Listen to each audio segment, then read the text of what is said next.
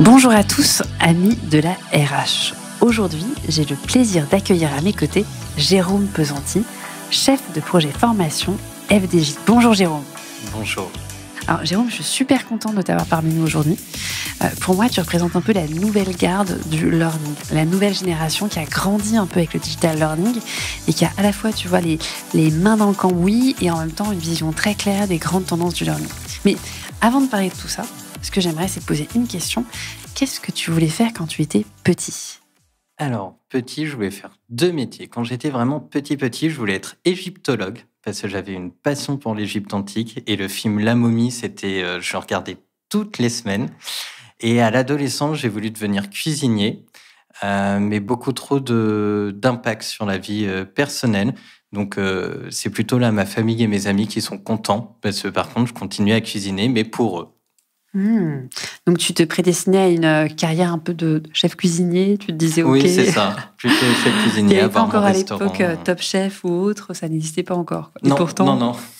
qu'est-ce qui faisait que tu étais intéressé par la cuisine, plaisir d'offrir, préparer ? Oui, préparer, plaisir d'offrir. C'est mes grands-mères qui m'ont appris, donc c'était aussi un moment de partage en famille. Donc j'aime beaucoup cuisiner. Et du coup, tu as eu un parcours qui a été assez éloigné de l'Égypte et des fourneaux, je crois, puisque tu as d'abord rejoint du coup la Sorbonne, Oui, c'est très ça. belle institution française. Qu'est-ce qui te plaisait ? La fac, la liberté, l'autonomie La fac pour la liberté, en effet. Avant d'aller à la Sorbonne, j'étais à Paris Sud 11 pour le début de mes études, où j'ai fait une licence d'économie-gestion, où là, c'était plutôt large parce que je savais pas du tout quoi faire. En fait, quand j'ai décidé de pas devenir cuisinier, et que j'ai demandé conseil, on m'a dit t'aimes les maths donc fais comptable. Premier cours de comptabilité, j'ai détesté. Désolé à tous les comptables, c'est un très beau métier, mais j'ai détesté. Et après je me suis dit il faut que ça soit un métier avec de l'humain. Et c'est là où j'ai commencé à faire des stages en ressources humaines et j'ai vraiment aimé. Et puis la passion du learning est arrivée vraiment à la Sorbonne au niveau de mon master où j'ai décidé de me perfectionner vraiment dedans, monter en compétences, comprendre les besoins des collaborateurs et les aider à atteindre leurs objectifs de carrière, de vie. Et en fait, tu commences à mettre le pied dans le monde du learning ensuite assez vite et tu rentres par une alternance, c'est bien ça ? Ouais, c'est Super ça. École, aujourd'hui l'alternance forme plein de gens. Oui, je suis rentré en alternance chez FDJ en tant que chargé de mission diversité. Donc, on peut se dire un peu loin du learning, mais en même temps, moi, mon métier, c'était d'occuper différents postes un peu RH. Je faisais un peu de recrutement, un peu de formation, mais sous le prisme de la diversité. Donc, tout ce qui était handicap, égalité professionnelle. Et mon tout premier projet, je suis rentré en 2015 et le premier jour, à mon arrivée, on m'a dit « Tu vas monter le premier Cook RSE ». À l'époque, c'était encore des cooks, c'était vraiment novateur. En 2015, il y en avait assez peu. Et l'idée, c'était que moi, j'allais travailler sur toute la partie diversité. Donc, génial, attends, fallait ton acculturer tout le monde. Premier job déjà plein de sens, on te confie une mission. Et comment ça se passe ? Comment est-ce que tu arrives à créer ce premier cook ? Ça a été très intéressant. Il y avait une grosse équipe projet dessus. On a commencé à rencontrer des boîtes. On savait pas trop où aller. Moi, digital learning, je connaissais pas du tout. Formation, oui, mais là de se dire, ok, donc il faut qu'on forme à distance. J'ai très vite compris que ça allait pas être la même façon que former en présentiel. Donc du coup, j'ai beaucoup appris. On s'est beaucoup fait accompagner par des entreprises, bien sûr, nos prestataires, et on a sorti le projet en à peu près 6 mois. Et je crois que ça a été un gros carton en plus. Ça a bien fonctionné. Après, ça a un peu mal vieilli, mais ça a fait... C'est le problème du digital learning. Il y a des modes. On se souvient tous des clips un peu en motion design, un peu vintage qui piquent les yeux 10 ans plus tard. Mais sur le moment, c'était révolutionnaire. C'était très révolutionnaire et ça a fait vraiment son job pendant 3 ans. Et quand je suis arrivé... 3 ans après, je suis arrivé à la formation. Mon premier gros projet en tant que formation, c'était la refonte de ce Cook RSE en acculturation RSE. Et là, on est parti sur un projet de 9 mois. J'aime dire que c'est mon bébé. On avait une vingtaine d'experts autour de la table et on a décidé de partir sur quelque chose de totalement différent. On en a fait une mini-série avec des questions. On a apporté du contenu, des infographies. On a fait pas mal aussi de faits maison, infographie maison, on a tenté, c'était très enrichissant. Alors, j'aime bien parce qu'on sent vraiment la passion. Et on a tous, c'est marrant, hein, une formation coup de cœur. Tu sais, Ouais. celle qu'on a faite et qu'on porte dans notre cœur et on en parle comme notre bébé. Donc, ça me parle beaucoup ce que tu dis. Alors, je voudrais revenir un petit peu finalement à ta façon de faire. Parce que moi, ce qui me parle, c'est que je sais que tu travailles avec des experts aussi. Ouais. Et ça, c'est aussi un vrai challenge. Est-ce que tu as des conseils? Tu vois, là, tu avais quand même un programme qui était à porter, je crois, à l'échelle de ta boîte. Ouais. Tu devais travailler avec des experts sur des sujets qui sont techniques. C'est quoi ta recette pour arriver à vulgariser le propos, pour juste arriver à parfois ménager la susceptibilité des gros pontes du sujet? Alors, comment ça se passe? Moi, déjà, je fais des points toujours avec mes experts. Un premier point pour tout leur expliquer. En fait, je leur présente pratiquement mon métier. Je leur dis comment je vais les accompagner et qu'est-ce que la formation et essayer de comprendre ce qu'ils ont envie de transmettre. Parce qu'en effet, comme tu dis, les experts, ça veut tout transmettre, des fois un peu trop, et c'est compliqué. Et moi, je leur dis qu'en fait, je vais être leur bêta-testeur. Je suis celui qui connaît le moins les sujets. Quand on parlait d'RSE, je connaissais pas forcément le sujet. Et donc, c'est vrai que moi, je leur dis, je vais avoir un œil neuf, un œil apprenant, et vous dire, par rapport à ce que vous me donnez, est-ce que j'ai compris ou pas, et est-ce que ça répond à l'objectif? C'est pas tout le temps simple. Des fois, il faut négocier. On fait beaucoup de négociations aussi. On essaye, on fait des compromis, mais on y arrive toujours quand je leur explique que si on donne trop d'infos, ils retiendront rien. Les experts comprennent très vite et donc, du coup, on arrive à aller droit au but et bien comprendre. Mais bon, voilà, des fois, ça peut prendre un petit peu plus de temps, mais l'idéal, c'est de bien cadrer le projet et de bien leur dire que, voilà, on pourra pas tout dire, surtout en digital learning, on pourra pas tout dire, mais il y a plein de façons de faire. Bien sûr, parce que tu citais tout à l'heure les experts, et en fait, on le sait peu, mais FDJ, c'est d'abord une boîte d'experts, une boîte d'ingénieurs. Est-ce que tu peux nous parler un petit peu de la culture FDJ, la typologie de collaborateurs, quelle est la culture learning? Alors, on est un groupe, on est 2700 collaborateurs avec différentes filiales. Et en effet, on a 3 gros métiers. Le premier, ça va être tout ce qui est ingénieur informatique. On a des data centers, on a des ingénieurs qui développent nos applications, qui suivent toutes nos données, puisqu'on a énormément de transactions à la journée pour toutes nos prises de jeu. Donc ça, ce sont les ingénieurs qui s'en occupent. Le deuxième gros métier, bien sûr, c'est le marketing pour la proposition de nos différentes gammes de jeux. Et le troisième, ça va être le commercial. Donc en effet, on a différents métiers. En tout, on a plus de 150 métiers. Donc des fois, ça peut être compliqué aussi d'accompagner, de lancer des programmes généralistes. Et c'est ça qui fait la richesse, je trouve, du learning chez FDJ. C'est que du coup, on accompagne des métiers totalement différents sur des sujets totalement différents. Excellent. Et du coup, tu le disais, tu as des métiers qui sont très différents, ingénieurs, marketing, commerciaux. Et tu expliquais tout à l'heure que tu y a beaucoup de choses aussi que tu fais maison. Ça, c'est quelque chose qui me plaît.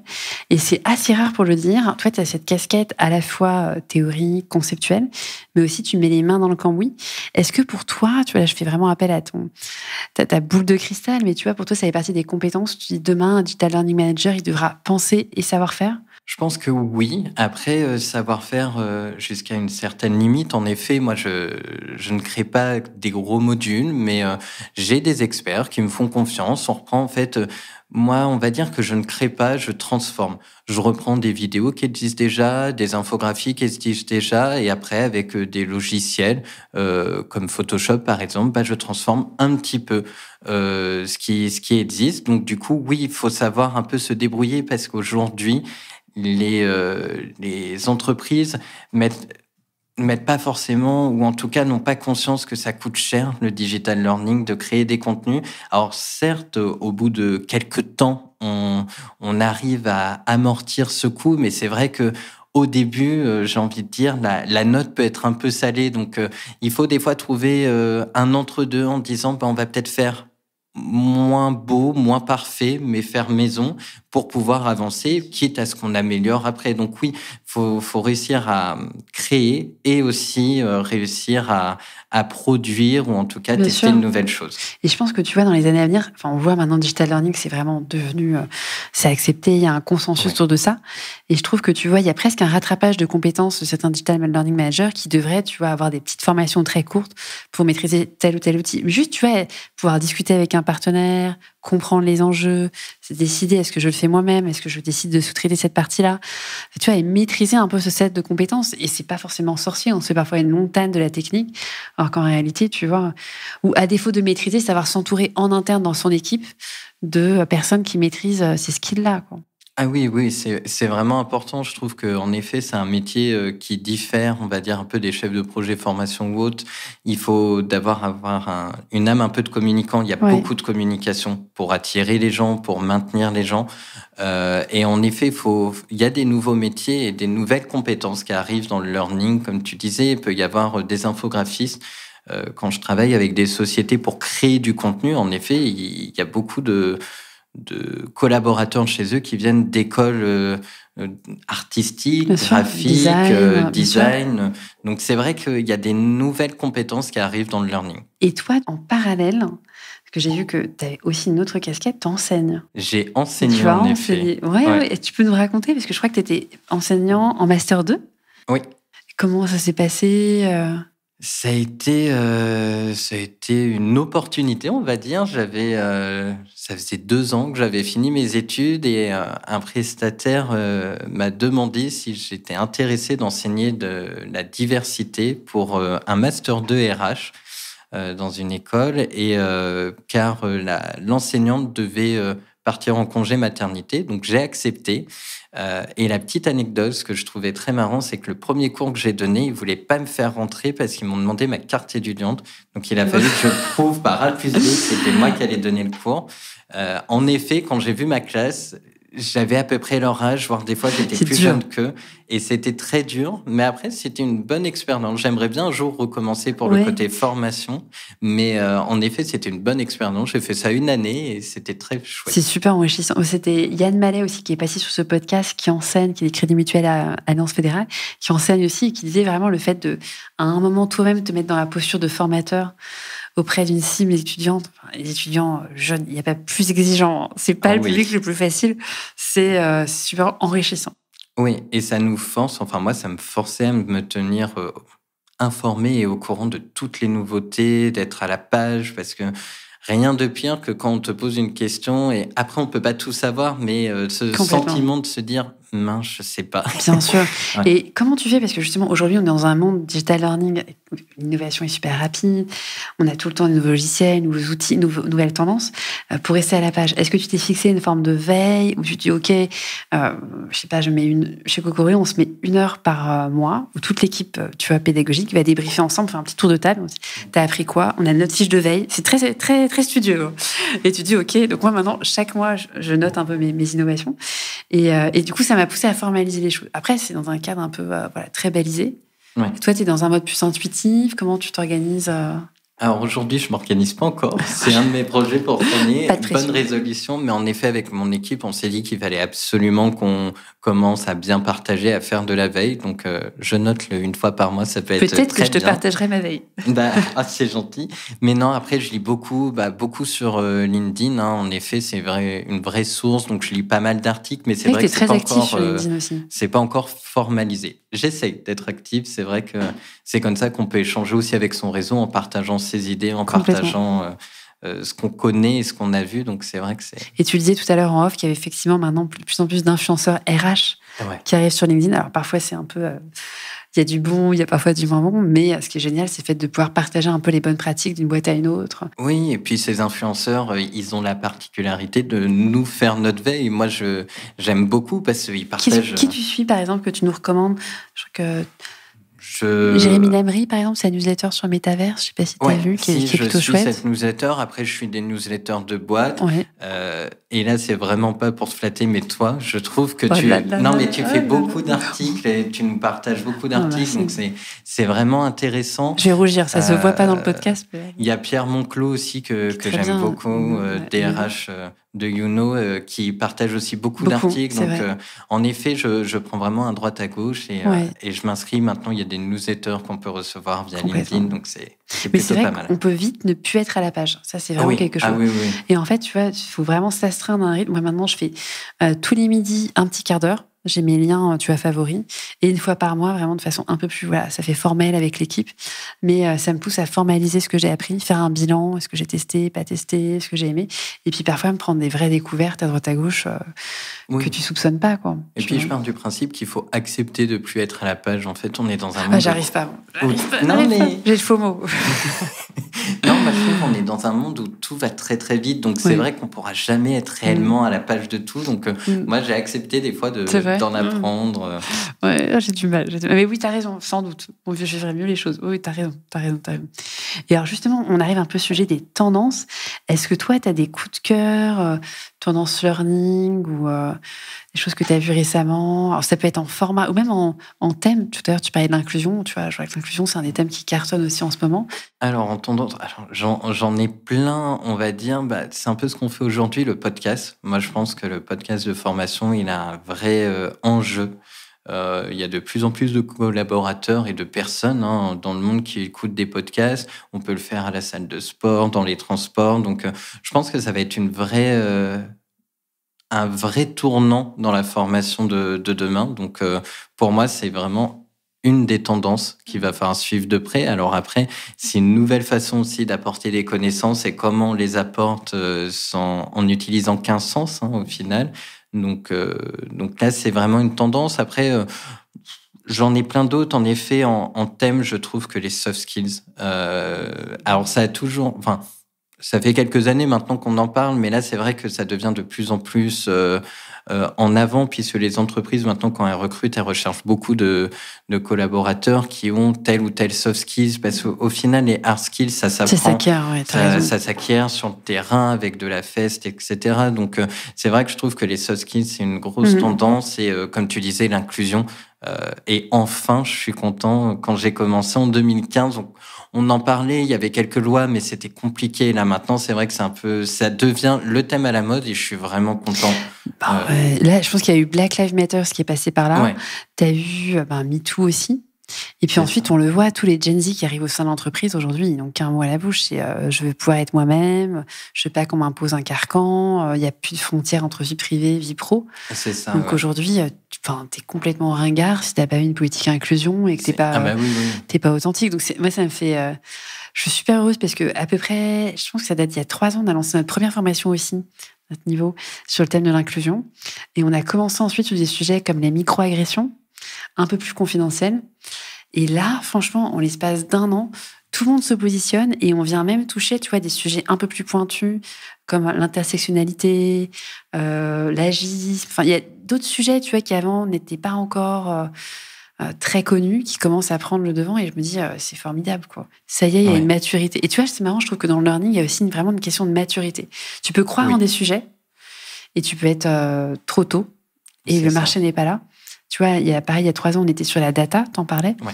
On avait commencé à faire une première formation pour Microsoft et il n'y avait pas encore des premières data academy. Je ne sais pas si toi, le sujet de la data, j'imagine, doit être aussi très prégnant chez vous. C'est un de nos enjeux stratégiques pour cette année, en effet. Et là, on est en train de réfléchir à la construction d'une acculturation data.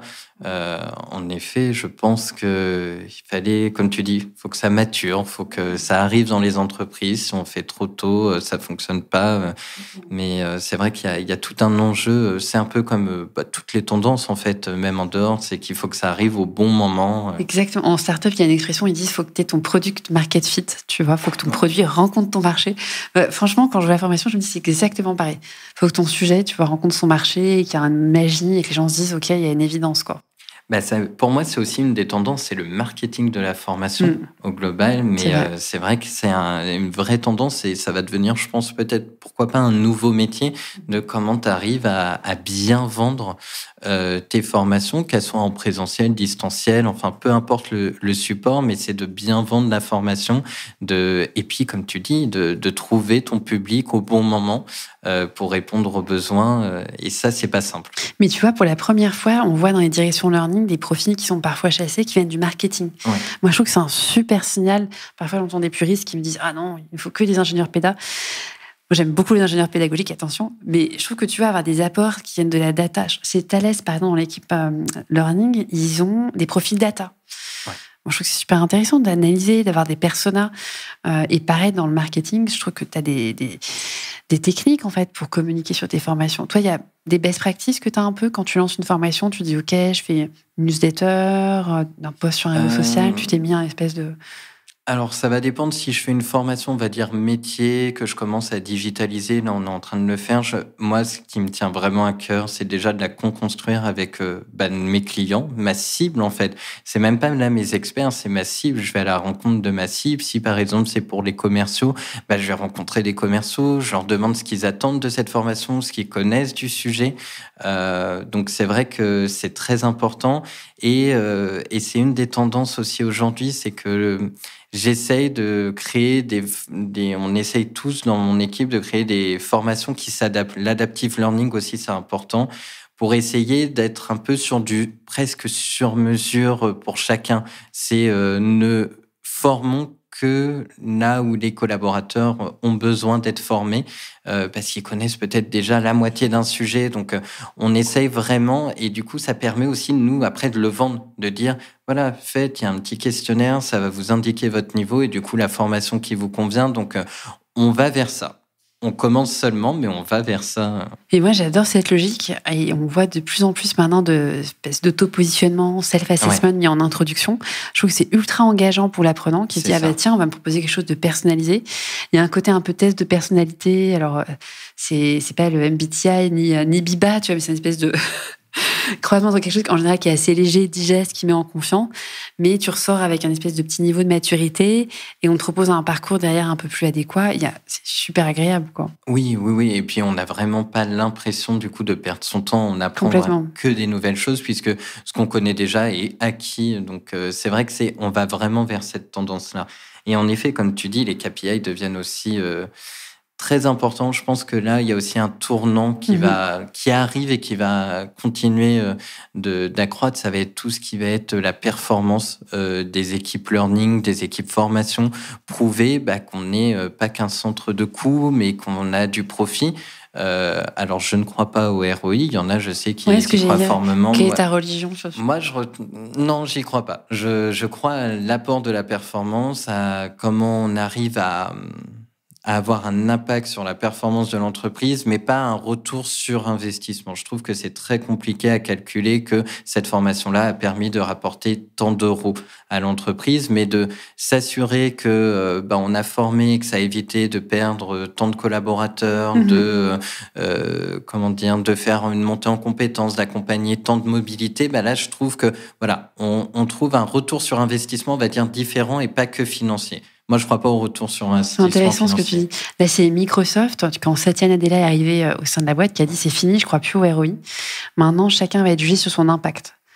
Et c'est vrai que c'est un paradigme qui est complètement différent. C'est ça. Et c'est vrai que du coup, il nous faut des compétences data. Du coup, avec une collègue, on est nous deux, c'est nous qui suivons les chiffres parce qu'on aime bien ça. Excel est tu notre vois, ami. Finalement, la comptabilité, tout ça, c'était pas si loin quand même. Non, ça reste des chiffres. Moi, j'aime les chiffres, j'aime les maths. Et en effet, on suit tous ces chiffres. On essaye de voir un petit peu les impacts et aussi la notion d'évaluation prend tout son sens. Donc, évaluation à chaud, ça fait longtemps qu'on l'a fait. Mais là, c'est vrai que même évaluation à froid, j'en discutais avec d'autres entreprises et on commence vraiment à se dire faut vraiment qu'on la mette en place pour voir quel a été l'impact justement de cette formation dans le quotidien. Et c'est comme ça qu'on arrive à avoir ce retour sur investissement, sur retour... Mais tu vois, c'est là où tu as raison, je pense qu'on a un vrai tournant et une vraie maturité du marché du digital learning. Covid, tu sentais l'urgence, tout le monde était là, faut mettre en place. Faut lancer... Ça y est, maintenant, les gens ont mis en place un truc et ils se disent, OK, comment on fait pour aller plus loin ? Oui. Nous, on a mis en place les micro-doing maintenant à la fin de chaque formation. Tu vois, ça permet vraiment déjà d'avoir une première température. Et on va mettre en place, pareil, au bout de 6 mois, tu vois, un auto-positionnement a posteriori. Et il y a plein de techniques finalement aujourd'hui où tu te dis, OK, mais c'est bien dans l'immédiat, comment tu le fais ensuite en différé et tout le monde cherche à mesurer finalement qu'est-ce qui se passe après. Tu vois. Et puis, c'est des vraies demandes. Nous, je sais que c'est des demandes aussi de nos instances représentatives du personnel qui sont très intéressés par la formation et qui nous disent d'accord, c'est bien, on forme nos collaborateurs, mais qu'est-ce qu'on en retire après ? Qu'est-ce qu'ils en retiennent ? Est-ce qu'elle a été efficace ou pas ? Donc même l'évaluation à à chaud est très important pour eux pour se dire, OK, est-ce que au moins ça fonctionne pas? Donc là, on commence à structurer vraiment une base de données pour leur montrer, leur dire que ça fonctionne. Génial. Et c'est vrai que c'est intéressant et puis ça nous permet, et je reviens encore sur le marketing, ça nous permet aussi après de revendre d'autres formations en disant Bien sûr. telle formation, elle a un peu comme un site de notation en fait. Telle Bien sûr. formation, elle a 4 sur 5, T'es toujours elle plus est recommandée convaincant. par Ouais, temps. bien sûr. T'es toujours plus convaincant quand tu vas avoir un COMEX ou un board avec des chiffres. Tu dis Oui. voilà l'impact plutôt que juste des belles promesses, quoi. C'est évident. C'est ça. C'est évident. Et du coup, tout à l'heure, Jérôme, on parlait des soft skills. Et ça m'intéresse parce que tu vois, il y a une vague de fond depuis janvier qui est ChatGPT, tu vois, qui débarque. Est-ce que toi, tu t'es positionné dessus? Tu regardes de loin, tu dis, OK, ça a l'air chouette. T'as un premier... Chez Cocorion, on a transpiré dessus. Donc je te dirai après, mais toi, t'en penses quoi? Ta vision de je regarde d'assez... ChatGPT et le learning C'est ça, je regarde d'assez loin. J'ai commencé à lire des articles où justement certains ingénieurs ont commencé à tenter, à lui poser des questions pour voir il arrivait en tout cas ce ChatGPT à vraiment faire des ressources pédagogiques, à créer des contenus pédagogiques. Je sais pas. Moi, je pense que ça peut apporter une aide. Après, on voit vite aussi la limite, je pense, de l'exercice, mais parce que ça va être, je pense que c'est très robotique. Donc là, non, pour moi, c'est, je le regarde de loin, j'y crois pas encore. Je me dis pas que je suis en danger, qu'il va me voler mon métier, loin de là. Donc complètement. Là, je t'avoue, on a vu ce raz-de-marée arriver et tu dis attention, faut toujours se méfier de l'écume, tu vois. Et dans les faits, moi, je trouve que ça fait gagner du temps sur la phase de recherche, où au lieu d'utiliser Google, franchement, tu cherches 3 études de cas en Afrique du Sud sur le sujet de temps. Il fait un bon boulot, quoique, tu sais, il y a toujours 18 mois de différé, donc tu as de la data jusqu'en 2021. Ensuite, moi, je trouve qu'en termes de rédaction, c'est pas mal, mais franchement, ça, c'est pas des plumes, tu vois. Par contre, gagner du temps sur la recherche ou te suggérer des idées d'accroche parfois sur des titres, sur des tons, là, c'est pas mal. Mais encore faut-il bien rédiger ta requête. C'est pour ça qu'on voit émerger, tu sais, des métiers de prompt architecte. Je crois. Mais pas mal pour stimuler la créativité, mais c'est pas encore fait pour piquer un métier. Non. Et en tout cas, alors on vous en parle, on est en 2023. Si ce podcast est écouté dans 10 ans. Oui, c'est ça. Voilà, ok. Et est-ce que toi, tu as des compétences humaines que tu te dis, ok, là, il faut absolument les pousser. C'est des compétences qui, en ce moment, sont clés pour nous. Tu te dis, ok. Au niveau des soft skills, on en a plusieurs. On a tout ce qui va être écoute active, tout ce qui va être communication, beaucoup. Nous, on pousse beaucoup et on sait que ça intéresse aussi énormément. Par exemple, ProcessCom, donc comment communiquer avec les autres. Après, on a beaucoup d'argumenter, convaincre, de la prise de parole. Nous, on a un vrai catalogue soft skills. On propose énormément de soft skills et ça fait, même avant que j'arrive dans l'entreprise, ça fait plus de 10 ans qu'FDJ s'est positionné dessus et qu'il incite mes collaborateurs à demander aussi des formations de soft skills, gestion du stress, etc. Parce qu'on trouve que c'est important. Donc, c'est vrai que pour le coup, l'entreprise a été vraiment novatrice. Donc, il y a 10 ans, c'était au moment du référentiel de Davos. Je ne sais pas si c'est encore sorti. Je sais plus, mais c'est tôt. Ouais, ça fait quand même de nombreuses années. Donc, c'est vrai que là, quand je vois les articles, pour moi, c'est pas que c'est dépassé. En effet, là, il y a un vrai enjeu et on voit... On les appelle même power skills. Il faut dépoussiérer l'ancien toutes ces fois. Donc maintenant, tu vois, on va peut-être aller là-dessus. Mais en effet, nous, pour le coup, je trouvais ça très bien. On essaye, on a beaucoup acculturé nos collaborateurs à se dire que il n'y a pas que des hard skills, les soft skills aussi, c'est très bien et que ça aide dans le quotidien. Et du coup, toi, tu as d'autres thèmes. Tu parlais de l'inclusion aussi tout à l'heure. Donc, je retiens qu'il y a soft skills, inclusion, data. Ouais. Vous êtes un peu sur tout ce qui est écologie, green. C'est des sujets qui sont dans l'air du temps. En fait, on est beaucoup sur la RSE au global, avec notamment deux points forts, 2 axes importants, qui est l'environnement, en effet, et tout ce qui va être diversité, inclusion, qui reste encore au niveau environnement. C'est vrai qu'on travaille beaucoup à se demander comment on va faire et comment on peut accompagner les métiers. Donc, il va y avoir des formations. Je pense qu'il y aura une acculturation qu'on va déployer à tous nos collaborateurs, qu'on a commencé un petit peu à acculturer. Et on travaille énormément avec l'équipe RSE. Et en effet, après, on va essayer de proposer des formations bien spécifiques à chaque métier, puisqu'on a différents métiers. Donc, qu'est-ce que veut dire l'environnement un peu dans chaque métier ? Mais ça va être un travail de fond, mais on voit que les collaborateurs sont de plus en plus aussi intéressés parce que, comme on se disait, là, je pense qu'on est au rendez-vous, les entreprises sont au rendez-vous avec l'actualité dans le monde. T'as fait ta fresque du climat ? Moi, je l'ai pas fait, mais on en a fait en interne. En ce moment, je vois partout sur LinkedIn que tout le monde a fait sa fresque du climat. Moi, je suis un peu en retard, je vais la faire ce mois-ci, pour la première fois. J'ai du mal avec la fresque du climat. Je suis très engagé au niveau écologie, mais une fresque du climat, je sais pas. C'est parce que ça développe l'éco-anxiété. Parce que j'ai vu qu'il y a un phénomène post-fresque du climat où tu peux développer une espèce d'éco-anxiété. Bah, c'est ça. Et puis, je me dis après, qu'est-ce qu'on en fait réellement? Enfin, quelles sont les actions à mener? Ouais, voilà, la fresque du climat, ça permet aussi. Et après, je me trompe peut-être, hein, mais en tout cas. C'est pas encore fait, donc je ne juge pas. C'est mon avis, mais je trouve que ça permet de prendre conscience, et ça, j'aime bien. Mais après, en effet, qu'est-ce qu'on fait après? Comment moi, je peux interagir? C'est vrai, parce que des fois, ça peut... Éco-anxiété, c'est tout à fait ça, c'est de se dire, mais mince, qu'est-ce que je peux faire encore en plus? Donc, c'est vrai que moi, j'en ai pas fait. Après, je m'intéresse énormément au sujet et justement, on regarde comment on peut acculturer de façon récurrente. Et nous, on a notre service RSE qui propose énormément de choses dessus. Donc, c'est très intéressant. Super. Bon, alors, Jérôme, j'arrive à la partie perso de ce podcast. Je vais t'interroger un peu sur ta morning routine, parce que du coup, je pense que tu es quelqu'un d'actif et d'organisé. Est-ce que tu as ta routine à toi le matin, entre revue de presse? Enfin, je projette plein de choses, mais je te laisse répondre. Alors, je vais peut-être te décevoir. Rien, je dors. Okay. Donc, moi, la première chose que je fais, c'est mon café. C'est important. Quand je me lève, c'est mon café. Moulu, capsule? Alors, moulu, non, parce qu'il faut de la place. Hein. J'ai un petit appartement, donc c'est capsule, mais que je recycle. Donc, c'est très important. Donc, café.